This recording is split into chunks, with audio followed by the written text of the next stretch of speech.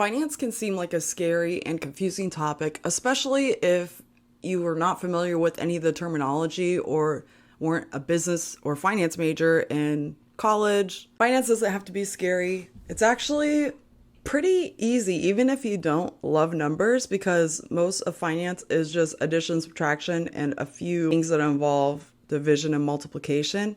It's not as complex and scary as it might seem. It does have its own language, and that can be a little daunting. I'm going to take you through some steps you can do so you can become financially educated and make better decisions for yourself and your family. The first step to learning more about finance is overcoming your fears. So stop telling yourself that it's too hard and too confusing and you're just really bad at numbers, because I know you can do it. If I can do it, I know you could do it.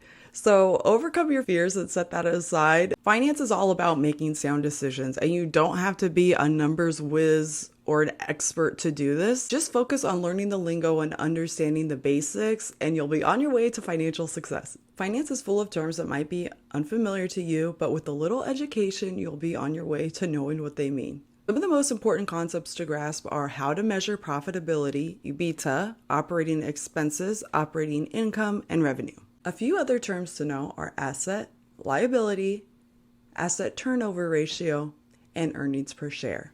And I'll put those on the screen.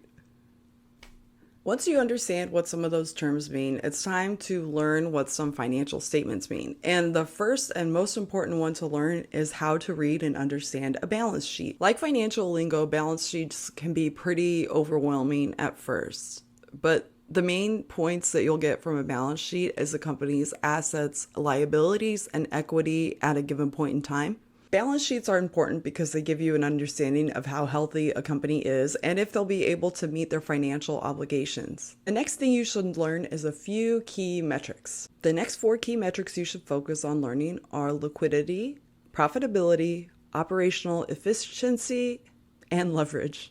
These metrics can tell you a lot about how a company is performing financially, as well as give you insights into its overall health.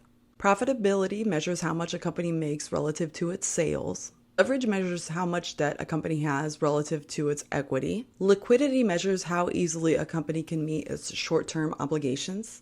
And operational efficiency measures how well a company uses its assets to generate revenue. Focusing on these 4 metrics will give you a strong foundation for financial literacy. Once you understand some of these metrics, you can start playing around with a balance sheet and see how different changes would impact a company overall. Once you have a solid foundation for some of this financial lingo, you can actually play around with things like a balance sheet and see what changes you can make to a company to change different outcomes.